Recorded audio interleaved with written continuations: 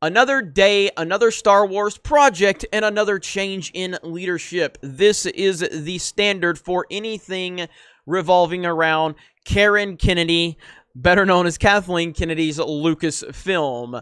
If you have been paying attention to anything under her quote-unquote leadership since she's been over Lucasfilm, you have seen creative problem after creative problem after creative problem on pretty much every single project that has been under her watchful eye.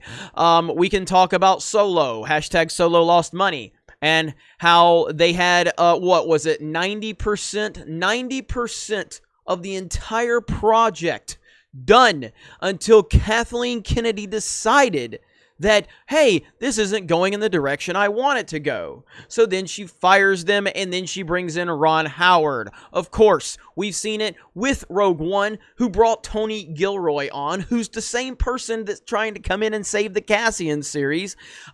We've seen it with Episode 9 with Colin Trevorrow. We've seen it with Josh Trank, which that's not the biggest shocker because Josh Trank's had a lot of problems, but it still shows another problem, another production issue with Kathleen Kennedy. We saw it with Benioff and Weiss. Not a movie. We're talking about a trilogy. She signed them to a trilogy and they quit it, not a movie. We're not talking about a movie. They quit a trilogy. A trilogy. And of course, Rian Johnson's trilogy. Where is it? Where's the Rian Johnson trilogy officially announced by Lucasfilm? And it's nowhere to be found. We've seen Bob Iger talk about how there's not going to be any more, trilogies. And then Kathleen Kennedy countered it by saying something else. It is complete nonsense. We've seen it with the Obi-Wan series. We have seen it all over the place. There's probably some I'm forgetting off the top of my head right now. And here we are with another one. Tony Gilroy has taken over as showrunner for this unwanted Cassian series. Nobody wants this at all. If you do want to look at it from a perspective to go, okay, well, Rogue One wasn't the worst thing ever. Probably the least offensive Disney Star Wars movie. I didn't love it, but it was fine. It was good enough. And Gilroy was involved with when Gareth Edwards basically lost all control but decided to bend the knee and just accept whatever Lucasfilm and Disney wanted to do. So he stayed on and got director credit. And the former showrunner Stephen Schiff will still be on. He'll be on as a writer in the writer's room. So it's just unbelievable. First of all, a Cassian series is probably the least asked for thing in the history of Star Wars outside of a Solo film. Like that was something nobody asked for. A Han Solo film without Han Solo? Not really sure anybody wants that. And Cassian was a terrible character. And when I say terrible, was he the worst thing ever in terms of his ability, what he did? He was just boring. He was bland. He left no memorable mark on the film. Nobody is interested in this series. So why are we even getting it? I don't know. But again, another day, another Star Wars production under Kathleen Kennedy, and another creative problem. There has been so many creative problems under this woman.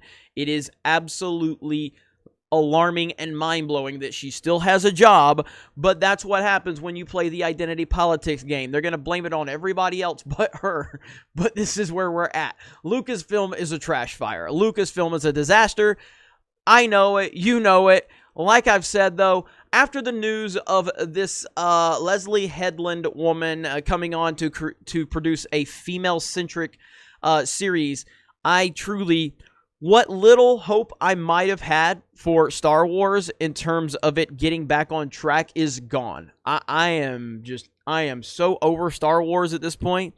I'm sure the Clone Wars is still going to be fantastic. I'm sure there's going to be little things that are going to be cool and enjoyable, and that's totally fine. But at its core, Star Wars is a disaster. It is done. It has a disease known as Kathleen Kennedy's feminist agenda. It's there. You can believe it or you can not believe it. That's fine, but it's there. And anybody saying it's not there is just simply not paying attention, or they just are the consumer and they're never going to question anything anyways. But it is a real thing. people with common sense can see it. Now, again, I'm not telling you can't enjoy it. You can enjoy whatever you want to enjoy, but do not tell me that there is not an agenda in Star Wars. There absolutely is.